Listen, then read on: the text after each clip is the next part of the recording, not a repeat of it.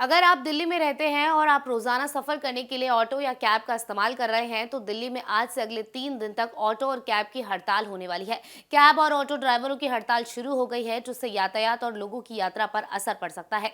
चलिए जानते हैं कि क्यों ड्राइवर अपनी आवाज उठा रहे हैं और इसका असर लोगों पर कैसे पड़ सकता है। दिल्ली एनसीआर में आज से 3 दिन यानी कि 21 से 23 तक कैब और ऑटो ड्राइवरों की हड़ताल चल रही है। इस हड़ताल का आह्वान all India motor transport Congress ने किया है। कुल 68 से ज्यादा यूनियन इस हड़ताल में शामिल होंगे। इन यूनियन में चालक शक्ति यूनियन भी शामिल है, जिन्होंने दिल्ली के उपराज्यपाल, मुख्यमंत्री, परिवहन मंत्री और पुलिस कमिश्नर को पत्र भेजकर अपनी मांगों की जानकारी दी थी।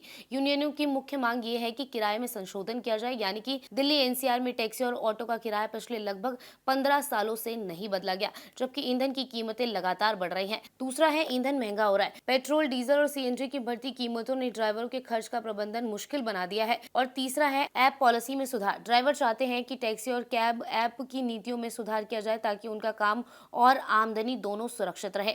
हड़ताल का असर एनसीआर में बड़े पैमाने पर महसूस किया जा रहा है। लाखों लोग अपनी रोजमर्रा की यात्रा में परेशानी झेल सकते हैं। खासकर ये उन लोगों के लिए मुश्किल भरा समय है जो सार्वजनिक परिवहन पर निर्भर है। गुरुग्राम की स्थिति अलग है। गुरुग्राम में ट्रांसपोर्ट यूनियन की हड़ताल का कोई असर अभी तक देखने को नहीं मिला। यहाँ की गाड़ियां अपने शहर में चलती रहेंगी, लेकिन दिल्ली में आने जाने वाली गाड़ियों को बॉर्डर पर रोक दिया जाएगा। इसका मतलब है कि दिल्ली से गुरुग्राम आने जाने में परेशानी हो सकती है, लेकिन स्थानीय यात्रियों को बड़ी मुश्किल नहीं होगी। इस हड़ताल से ये साफ हो गया है कि ड्राइवरों की मांग और इनकी आवाज को नजरअंदाज नहीं किया जा सकता।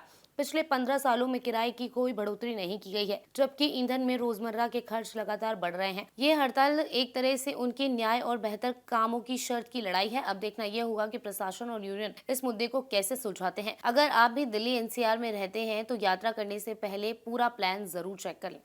Subscribe now and press the bell icon. Never miss an update.